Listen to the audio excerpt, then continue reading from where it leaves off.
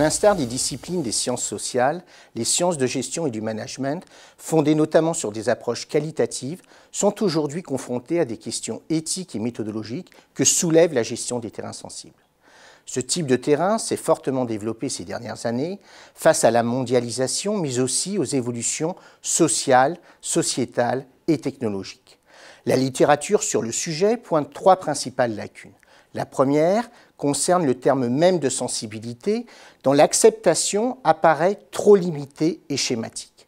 La seconde porte sur les groupes étudiés et leur lien avec la question des terrains sensibles.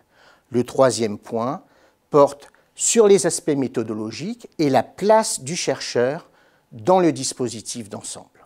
Nous avons donc cherché ici, avec mon collègue François Grimat, à proposer une définition nouvelle de cette notion. Dans cette perspective, un sujet sensible est abordé comme une recherche qui présente des risques pour ceux qui y sont impliqués, tant comme participants que comme producteurs de connaissances. Cette définition va donc au-delà de la question de la vulnérabilité, terme selon nous trop restrictif, pour lui préférer celle de risque et de ses conséquences en matière de conduite de projet. Elle présente l'avantage d'intégrer dans la réflexion les questions d'ordre éthique, mais également celles de nature méthodologique, comme par exemple les questions de positionnement de la recherche, de protocole ou de confidentialité. En reprenant cette définition, nous proposons ainsi différents types de terrains dans lesquels la relation entre le sujet et le contexte social peut être contrariée. L'analyse réalisée permet d'établir 7 grandes catégories de terrains sensibles. Première catégorie, les terrains dédiés à des zones géographiques à risque, comme par exemple les pays à forte instabilité politique. Les terrains d'entreprise à fort enjeu stratégique, comme les changements structurels, les restructurations ou encore les politiques d'intégration post-acquisition.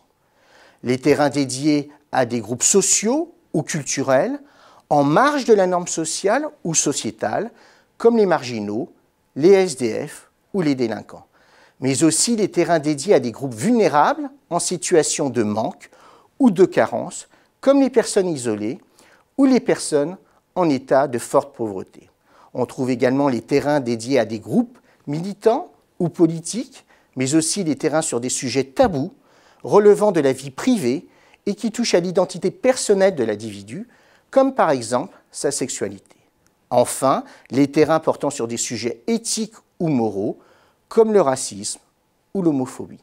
À l'appui de cette typologie et de plusieurs cas, issus notamment de notre expérience au sein de l'Observatoire ASAP, nous avons donc cherché à mieux cerner et expliquer les problèmes spécifiques que pose ce type de recherche en proposant des pistes de solutions possibles sur le plan à la fois institutionnel, organisationnel et relationnel.